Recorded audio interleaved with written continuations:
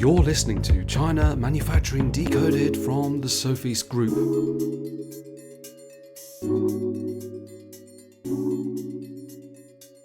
Nobody wants to have products being returned with defects from customers, but let's say this is happening. Well, of course you want to get to the bottom of it, and traceability could be one of the ways that's going to help you do that. So, what is it? How do we implement it? And what are the benefits? And it's not only about product returns and defects either. There's a lot more to it.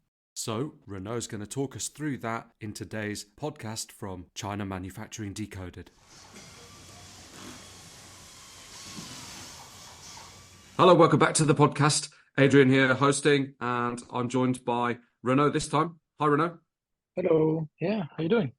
Good, thanks. It's spring here in the UK, so I'm finally escaping from terrible weather. I know that I was over in China at Chinese New Year, so that's kind of like what we call winter sun here in the UK. So kind of enjoyed that, but then when I came back, it was grim. But we're finally seeing some sunshine, some green, some flowers. So mood is lifted, and yeah, it's definitely nice to be in the spring. And I think in the post-Chinese New Year period as well, it's like super busy now, isn't it? Oh, yeah. Yeah, things have gotten back into the normal pace. Yeah, right. When was CNY? I forgot already. Seems like it's so long ago. Oh, yeah, absolutely. Like a month and a half Yeah, ago or like, something. yeah, about a month and a half. Yeah, it was sort of relatively early February, I Yeah, think. Maybe about the right. 10th, if I recall, something like Something like that. that. Yeah, maybe. Yeah, right. Yeah, things are back, Mm, back in, yeah, full speed, mm. let's say. Yeah. Yeah, I mean, I've noticed that we've definitely had a number of Mm. clients coming over now. So people have got those flights booked, and they've been popping over to China to actually, come see what's happening with projects and things like that. So I think Oh, yeah. that's obviously Mm. better for after Chinese New Year, because if you come around the CNY period, it's going to be very slow and not much happening in China because it's kind of like That's right. Christmas, right? So That's now's right. the perfect time Mm. to come. Yeah, some people came just before, and I was like, well, you know, uh, we're on holiday next week, but half the people in the Mm, office have already gone. And if you look yeah, at the operators, some of them have insisted to go early also and everything. yeah. So it was not as productive as it could be. And then you go into CNY, and you have the, how to say, the well-known effect of CNY, Chinese New Mm. Year reset of memory. Then people come back and they forget. I mean, so we tend to document everything as much as possible, so that helps. Mm, But it definitely breaks any momentum in any project when you have CNY, and then mm, it took get back into pushing people again on the projects after, and mhm. they come back and they have, oh, there's this project, oh, and this one also, and this one also, and there's always a bit of, the momentum is not there. It takes a few weeks to get back into fully productive, totally engaged workforce, basically. Absolutely. But that it is up and running now, and we've had people coming in and some interesting videos we've been putting out, especially on LinkedIn. So go take a look at that. So let's jump into today's topic, episode 210, by the way, and we're talking traceability. And this is perhaps a kind of safety net that some manufacturers or importers they might not be thinking about, but you're going to explain why maybe they should. Yeah, I'm not sure. It's simply a good practice, but it's Mm, something that you basically you set up your systems or your processes to ensure you have traceability in your supply chain. And if it's not baked in the processes, then it's not going to work. That's the mm, problem. It's not something that you say, oh, okay, like today we're going to do traceability. No, it needs to no, be no. implemented, uh, you know, in all the labeling and the various ways to gather information all along. Mm, And it's not mm, just within your four walls. The great traceability goes beyond that. So yeah, mm, but it's something you go to a company that usually they don't, if they haven't paid attention to their quality systems, and they don't even have like systematic and structured, inspections at various points and things like that, they don't have any traceability.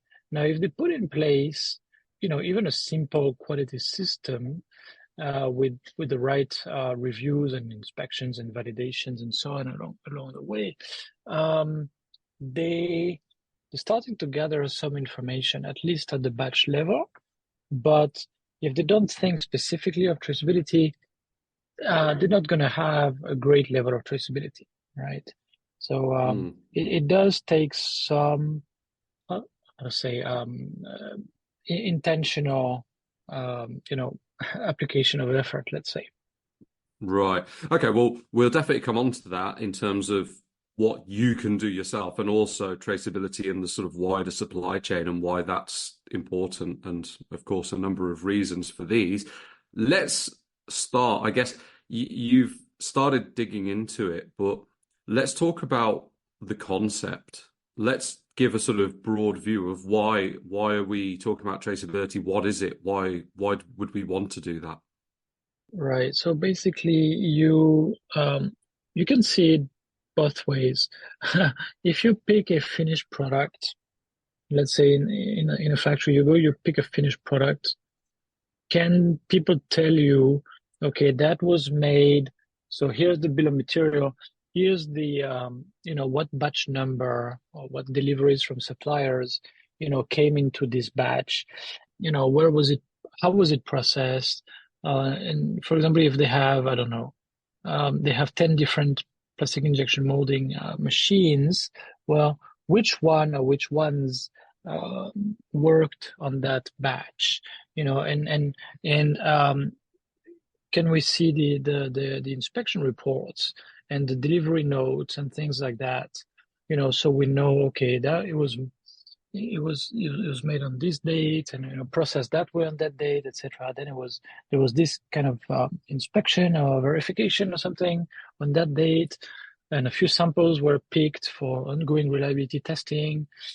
Here's the report, etc., etc. Right? And then conversely, if you take an example of, okay, so you received, I don't know, you received this batch of batteries 3 months ago, and then you used it in some production batches. Well, that batch of batteries that you received, where did it go? Like, do you still have some in inventory? Which, how many you used for manufacturing? Can you show us the incoming QC report also, and things like that? And then if they can trace it back all the way to, okay, for example, here's the list of the serial numbers of finished products that were made, and that used this batch of batteries. Aha, that's very good. And sometimes I'm talking about traceability at the batch level, sometimes at the individual level, right? At the batch level, let's say a batch of finished products. Okay, this batch of finished product was inspected that way. It was made on this CNC machine, etc. Right? So as a batch level, a better approach to traceability is to even pick one finished product and say, okay, this one, where you use like 3 different CNC machines, for example, for this production order. Okay, this unit here that I have in my hand, which CNC machine was it, right? And even like which operator, was working on it or something, right? Was it day shift, night shift, right? You start to dig, and you can have a lot of information. Now that takes extra effort. That takes extra effort in labeling and so on. And usually, let's say for consumer electronics in general, that's not really a must. If you have good traceability at the batch level, already you will know, we have a big problem with, I don't know, the PCBA. Oh, the wrong firmware was loaded, or something like that, or the design of the PCBA was changed a bit and we didn't know, and now we have shipped 10,000 of these units, and okay, but that batch of PCBA how to isolate that, right? Then if you know, okay, well, you only want to do that batch of finished product, and here's the list of serial numbers or something, okay, that identifies what was in that batch number, or sometimes just the batch number. The batch number might be written on the packaging somewhere, etc. So it's possible to isolate, okay, this is this batch, and if we isolate that batch on the marketplace, that's it, we're good. Like the wrong PCBAs are not anywhere else, right? Versus, oh, maybe it's two different batches. PCBAs went mostly into this one, also into this one. Okay, then we know, we can say, okay, this is the risk, and we can put a limit around what to put aside in contain, right? And all the other batches of finished product, they are okay, no problem. Let's not worry about that, right? So batch level traceability is extremely important. Unit level traceability is nice, but it's not necessarily a must. Now, there's some industries where it's extremely important, but like for example in food, it's a bit more important, and some companies pay attention, and some companies implement, for example, a RFID chip, that will follow every single unit all the way, right? And then people in the IT system, people can look at it and really see, okay, well, it was scanned here, here, here, here, here, here. So we know exactly what equipment was involved and so on and so forth for this specific product, right? The specific item. That's great, but really let's just focus on batch level traceability in this episode, because otherwise it goes a bit too deep.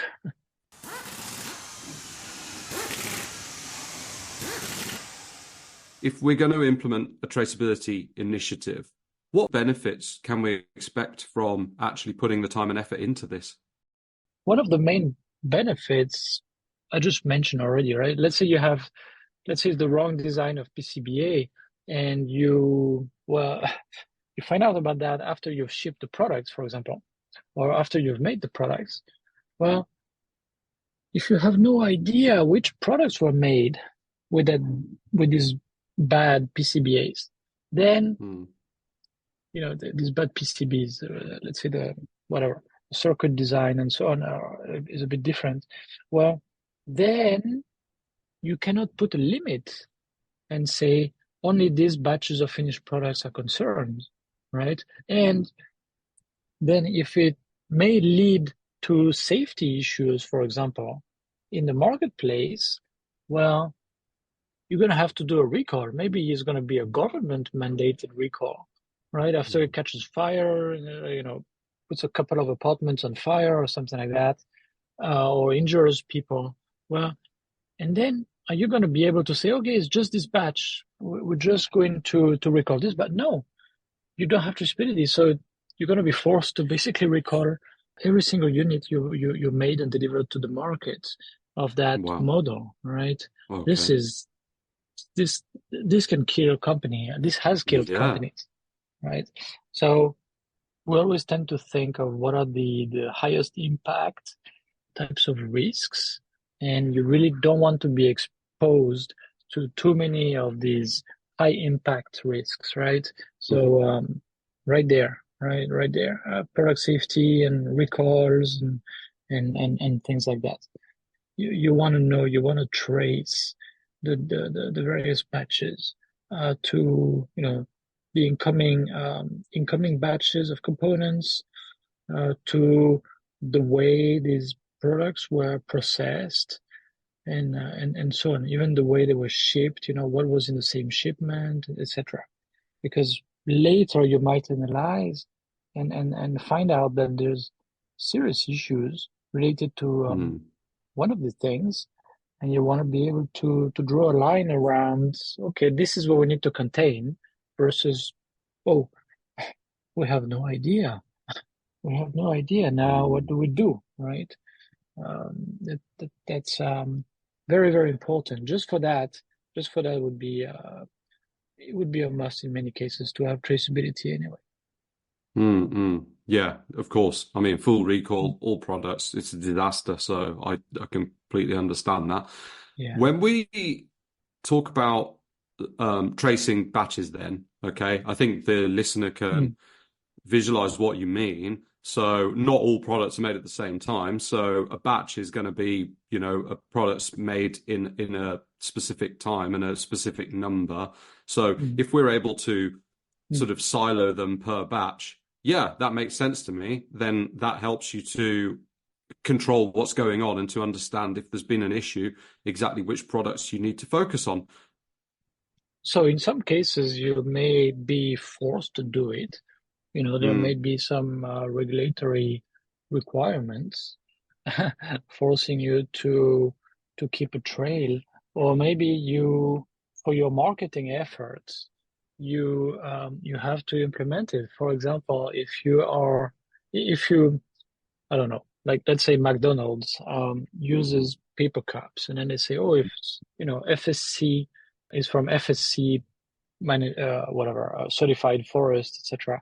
Yeah. Okay, well, you actually must be certified yourself to, McDonald's has to be FSC certified, and any supplier, in the supply chain anywhere has to be FSC certified, and that Mm, requires a certain number of things. But yeah, basically, it really ensures traceability and how to say verifiability, let's say, of traceability of making sure that yeah, that paper cup it's been processed, it's been transported, warehoused, processed, etc. And then like, all the way to the original wood that came from that parcel of land, basically that is within the scope of FSC approved or certified, mhm. plots of land, right? So Yeah. it might be a must.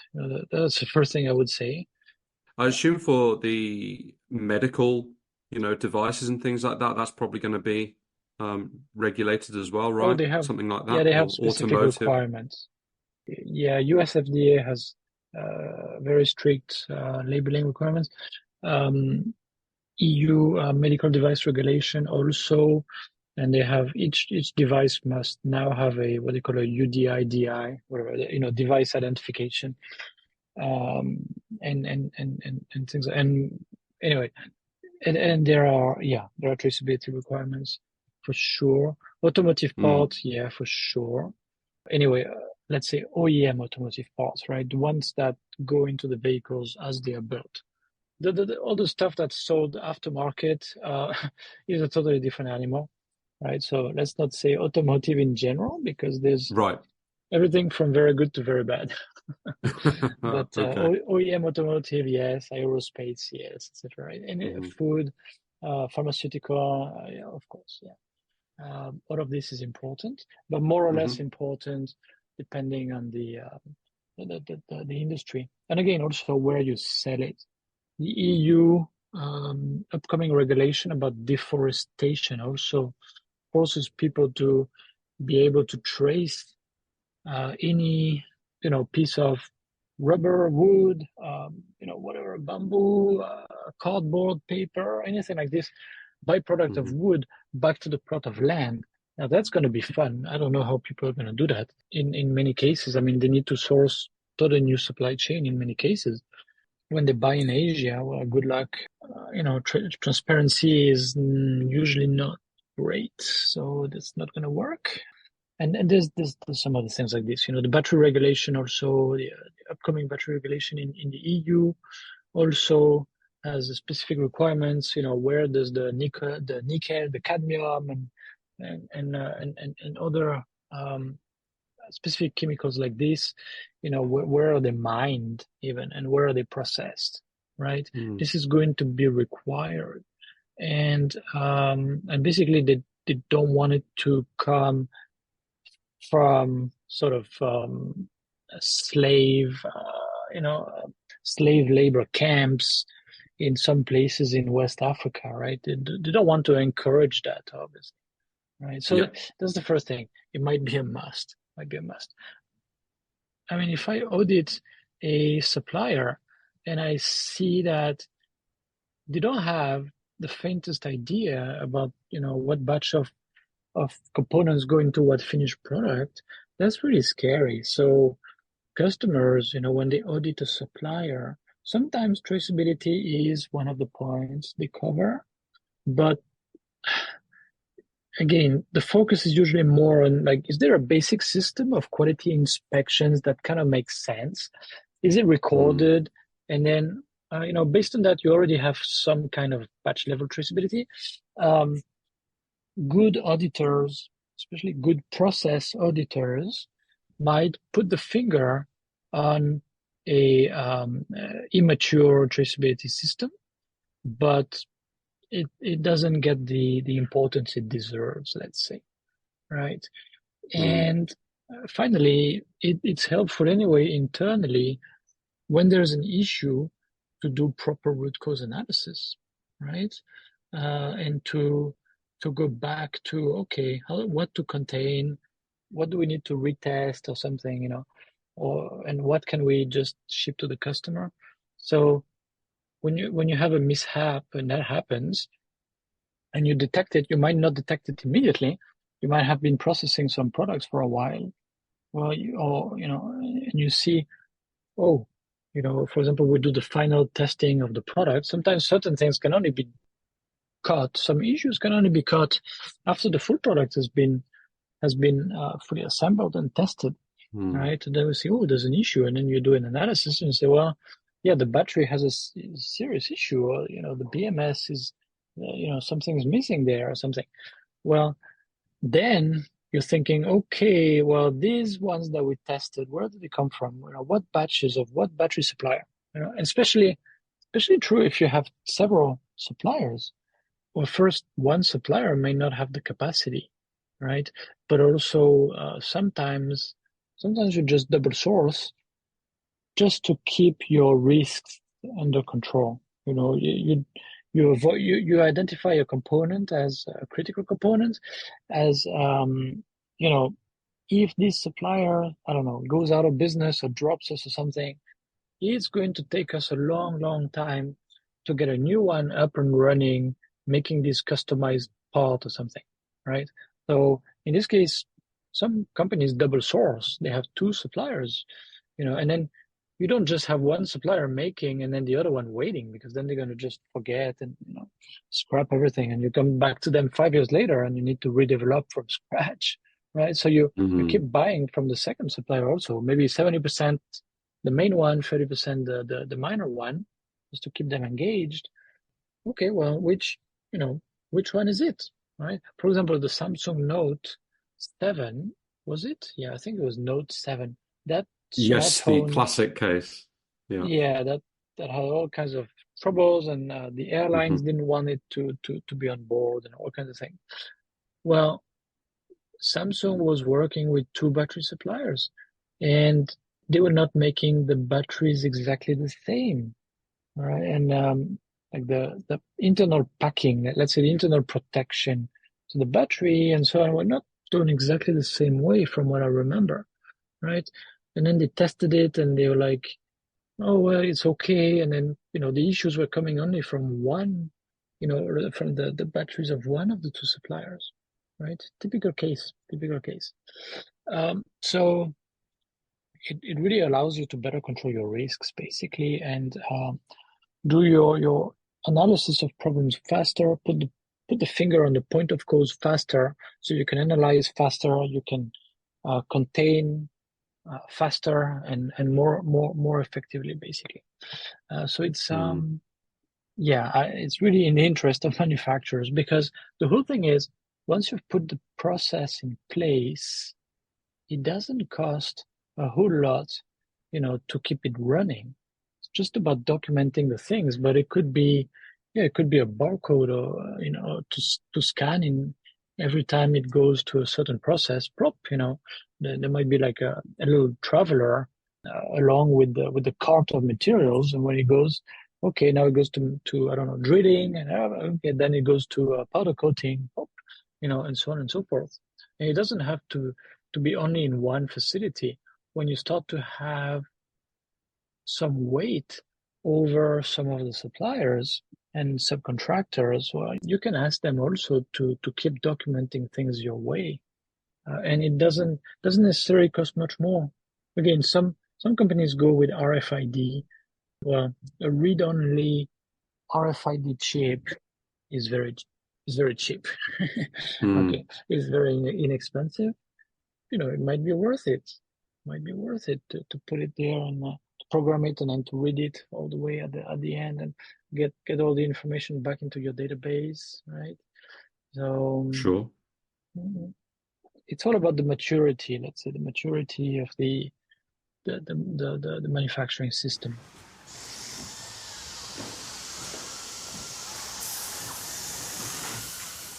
With the product passports, which we're probably going to see a lot more of as consumers, let alone market surveillance authorities, how does traceability come into that?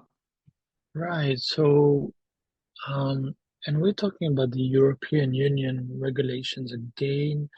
This is going to come into play for toys. This is going to come into play for certain battery products such as power banks. And it's going to come into play also at one point for most products. Mm, And that will be under the Eco Design for Sustainable Product regulation. But that we're talking 2027, 2028, or really far into the future. It's going to take them a while to put this in place. yeah. But it's going to come a bit faster for toys and certain batteries and so on. Yes, the product passport, once you scan, once you open the URL link, if it's an e-commerce item, or once you scan, for example, you scan the QR code typically of a physical product, you'll be able to see some information. And, depending on the regulations, this is not, how to say, we don't know much yet. There's a lot of talk about it, but the requirements are not black and white and okay, this is what you have to do, no more, no less. It's not out there in most cases. So there's a lot of speculation and we don't know much. But yeah, there's going to be Mm, something about where does this come from? Where does that come from? Yeah, absolutely. mm. That's going to be the future. I think everybody that's listening, we're going to start seeing in the next several years, people are going to be going into stores and actually scanning QR codes and checking stuff out. Maybe not everybody, but Right, maybe in right. the more distant future, that's going to be very much the norm. So that's some of the benefits that can be expected from implementing a traceability initiative in your business. And when we talk about putting this in place, you've mentioned, using RFID, for example, but is there like a common process or software that would commonly be used? Um, there are a lot of, you know, warehouse and logistics management systems. Yeah, of course. But I would say a company should start with defining their own systems, Mm, and so on. And then technology is an enabler, but you don't start with technology. I would definitely not start by just talking to vendors and, hey, can you do this? right. Can you do that? Right? First, you need to define sort of the mapping of flow of the materials, of the information, and what information you're already collecting in what systems. And then you start to think, okay, maybe another system that communicates and gets all of this in one place would be nice. Or do we keep going a bit deeper with the current systems we have, IT systems?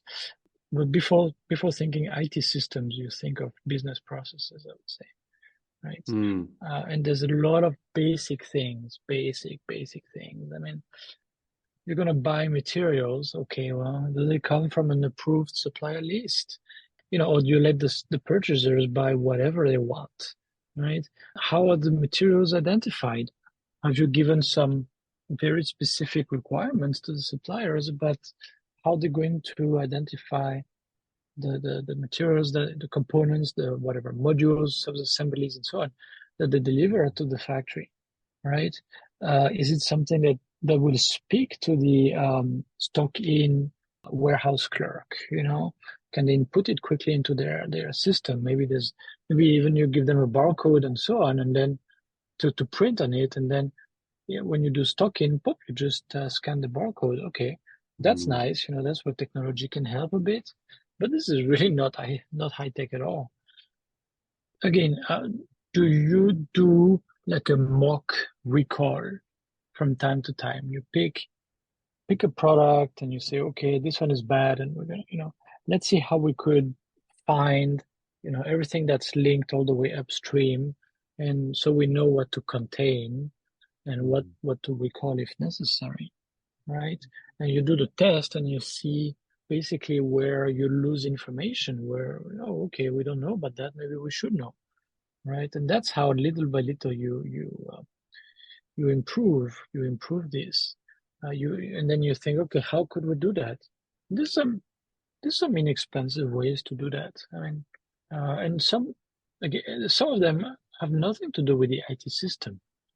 For example, the way when we make plastic parts, well, in the mold itself, it's very common to have a little, I don't know the exact name for that, little insert sort of that you put in there, and then for every batch you will turn the round part a little bit, and then that will tell Yeah, you. Yeah, you saw it last time. Yeah. yeah. We were together in our plastic Mhm. injection workshop, and yeah, it's like a little circle, and it's got different numbers on, and you may see it on some plastic products. It's quite hard Mhm. to say it visually, but yeah, I Mhm. know exactly what you mean. Yeah. Yeah, so you look at it and you know that batch was made in February of 2024. Okay, Yep. so if you usually don't make more than one batch per month, right there, you already know the month, basically usually that batch, for that plastic part was Mm. molded, as part of that production order, right? If Yep. that's not sufficient, then you add a little extra something and you add a number one, number two, number three, etc. So you can really have a unique batch number for everyone. Or if you have, two machines running at the same time, you want to identify the machine also. So yeah, this is this is kind of basic. This is part of the normal process that you need to have in place. And an IT system Mm. will not really help, right? This should be already in the habits of the people who make the tooling. That's it, right? So these are just examples, but Hmm. and then you need to think of the special cases, right? Hey, if there's a change in this or that, what if we change from one supplier to the next? Are we going to be able to see that?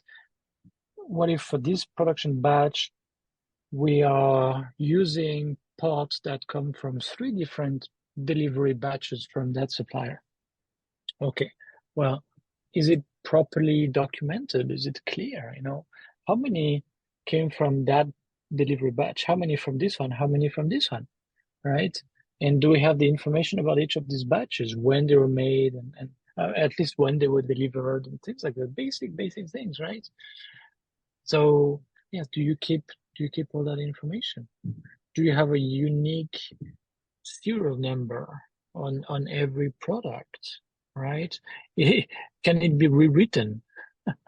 Is it Mm. accurate when you look at it after? Is it always accurate? Is it really unique? How is it put on it? For some of our customers, we do engraving on the product, right? So, yeah, it's an extra process, but if it's done right, it looks good. It can also come with some branding benefits and things like that. Could even be sometimes, yeah, some of our customers, they do Kickstarter campaigns, and then they say, oh, the Hmm. first, whatever, 50 backers will have also their name engraved or something. Okay, well, then it's one by one. You need to pay attention to this and be very careful and engrave it. Mm. Hmm. Um, but this is very, very common for the unique number on some products, right? Um, that's when you look at it, you're like, well, can't really put a little sticker on it, can't really do this, can't really do that. Once they throw away the packing and they have a problem and then they call us, how are we going to be able to know what it is, right? For some products, like I don't know, for a computer, you look under the computer usually, and it's usually there's a sticker or something, right? Or it's Hmm. some silk screen or something that looks like silk screen, right? So anyway, Yep. you need to think of it for various products. The approach will be different. How to make sure that the unique product number will resist, and will still Hmm. be there when they have a problem and they call you, basically, right? Anyway, this is a deep topic. Can't really go into all Hmm. the details, but I hope that Sure. we provided a bit of an idea to people about what it is about. Yeah, absolutely.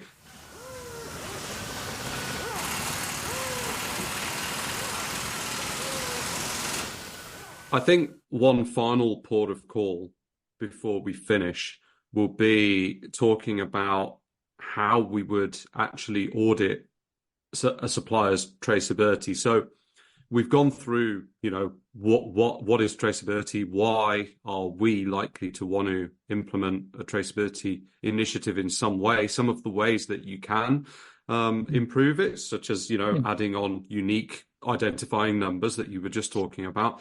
But when we're sourcing suppliers, bearing in mind everything that we've just spoken about, as importers, we may well want to make sure that they are using traceability or that they're going to fit into our system of traceability so we can have that sort of full view of our supply chain.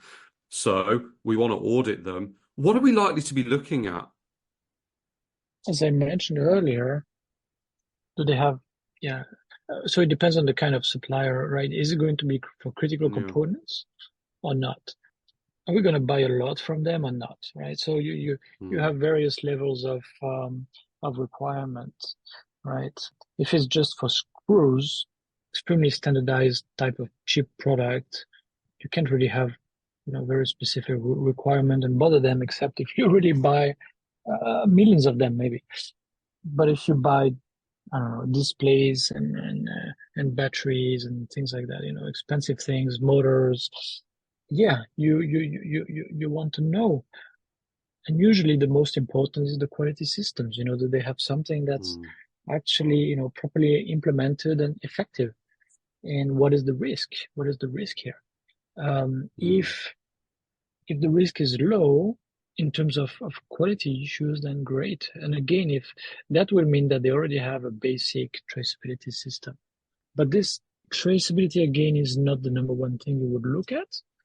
And you know, the priority is, okay, internally, do we keep track of what batch from the suppliers, is going to be, because whatever information that they give you about what they have done, they might tweak it, to avoid showing that, oh yeah, we changed that material, to that other material. We don't tell you, or we changed the design a bit. We don't tell you, you know, in that case, anyway, you cannot trust whatever recalls they're going to give you because they might tweak it a bit, right? So at least what you can be certain about is within your four walls, do you keep track of, okay, this was in that batch, it was received on that day, etc., and then it was used in, embedded into these products.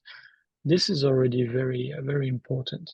On the supplier side, again, if some customers have specific requirements, if some products come with very high safety issues, safety risks, then traceability is more important, at least for the critical components, right? Let's say the safety critical components. Yeah, you get to watch that.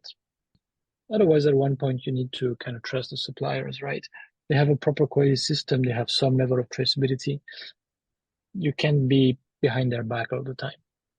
mm. And so the reason I mention this is because this is actually a new type of audit that we've started offering. So traceability audit program, and we Mhm. can go into new suppliers or current suppliers as well if you want to get an idea of, are they still handling, materials and components properly? Are they still doing the things that are necessary to help you to have that Mm. overview?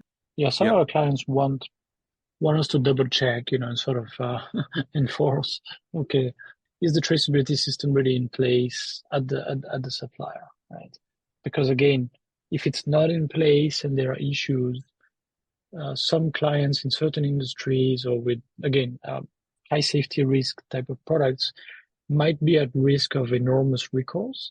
Whereas if there's very fine traceability, the amount at risk is much lower. And so some people, I mean, some companies are held by contractual requirements to their own customers, so they have to ensure that their supply chain actually follows that. More for, Yeah. let's say, the main supplier before shipment, and or the suppliers that do a lot of the key processing, but then it does not extend to all the suppliers of the bill of material. Yep. So this particular audit, I'll leave the link to that in the show notes and you can go check it out. And if that's something that you want us to set up for you, then you're able to get in touch. As you said, Renaud, this is a deep topic and I guess we could go on for longer, but what we've tried to do today is to give kind of an introduction into traceability and to give people an understanding of what it's all about. And I think we've achieved that. So thanks for stopping by on this one. All right, great. Thanks, Adrian. Thanks again for listening to this podcast brought to you by the Sofeast Group. We're on a mission to provide you with everything you need to manufacture effectively in Asia, including inspections, auditing, new product development support, contract manufacturing, 3PL warehousing and fulfillment, and much, much more across Asia's key manufacturing areas. Visit us at sofeast.com, that's SOFEAST.com, to learn more and get help. If you've enjoyed the podcast today, please do rate, review and share because it will really help others discover us too.